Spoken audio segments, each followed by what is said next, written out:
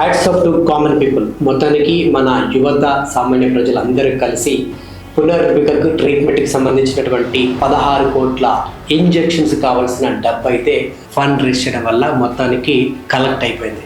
అసలు పునర్వికకు వచ్చినటువంటి వ్యాధి ఏంటి, ఇది మీకు నేను డీటెయిల్గా చెప్తాను. ఇది కేవలం 1,00,000 మందిలో ఒక్కరికి మాత్రమే వ్యాపిస్తుంది. అది కూడా పుట్టినటువంటి పసి పిల్లలు మాత్రమే వస్తుంది.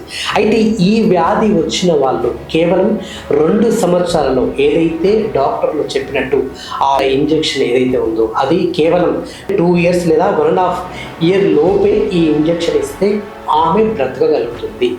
లేదంటే ఆ డిసీజ్ వల్ల ఏదైతే మనం శ్వాస తీసుకునే రెస్పిరేటరీ సిస్టమ్ ఉంటుందో అది వీక్ అయిపోతూ వితిన్ 1.5 ఇయర్ నుంచి 2 ఇయర్స్ లోపు చనిపోతారు.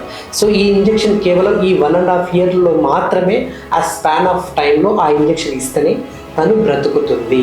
సో మొత్తానికి ఈరోజు మన సామాన్య ప్రజలు అందరూ యువకులందరూ కలిసి ముఖ్యంగా ట్రావెల్ విత్ జగదీష్ అనే ఒక వ్యక్తి ఇనిషియేషన్ తీసుకొని ఆయనే కేవలం ఈ స్పాన్ ఆఫ్ 1 to 2 డేస్లోనే ₹1 కోటి ఫండ్ రైజ్ చేసి అది చూసినటువంటి జనాలందరూ కూడా ఒక్కసారిగా సోషల్ మీడియాలో కదిలి వచ్చి ఒక గ్రూప్గా ఫామ్ అయ్యి పునర్విక కోసం ఈ ఫండ్ అంతా కలెక్ట్ చేసి ఈరోజు ఆమెకి పునర్జన్మను ఇవ్వబోతున్నారు. నిజంగా hats off to Jagadish and common people. So మొత్తానికి మన పునర్విక బ్రతికి బయటపడిందనే చెప్పాలి. ఆమె జీవితంలో కూడా ఇటువంటి వ్యాధులు కానీ డిసీజ్ రావద్దని ఆ దేవుణ్ణి మనస్ఫూర్తిగా కోరుకుందాం.